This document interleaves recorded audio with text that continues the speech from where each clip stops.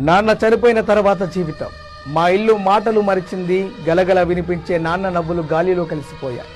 ప్రేమగా మాట్లాడే మాటలు, బాధ్యతతో తిట్టే తిట్లు ఆకాశానికి ఎగిసిపోయాయి. ఎప్పుడు ఇంటి ముందు దర్జాగా కనిపించే నాన్న ఇప్పుడు అదే ఇంటి గోడకి ఒక ఫోటోలా వేలాడుతున్నాడు.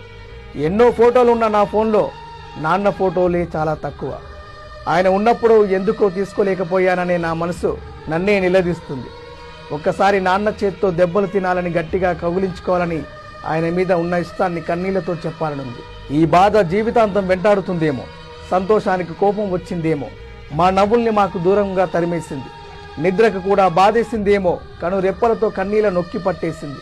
నా మనసుకు సర్ది చెప్పుకున్నా, బయటికి ఏడుస్తూ కనిపించకపోయినా కానీ అమ్మ నవ్వడమే మర్చిపోయింది.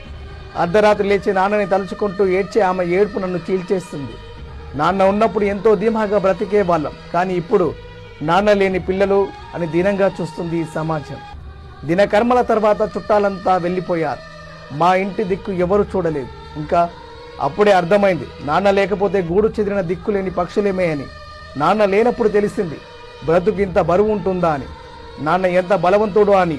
ఇన్ని రోజులు నాన్న భుజాలపై నిల్చున్నాను. ఇప్పుడు ఆ భుజమే విరిగిపోయింది. నా కాళ్ళపై నిల్చోవడం నేర్చుకోవాలి. ఏదేమైనా నాన్న ఉన్నాడనే ధైర్యంతో ఎదగడం, నాన్న లేడనే బాధతో పెరగడం ఎంతో వ్యత్యాసంతో కూడుకున్న ప్రయాణం.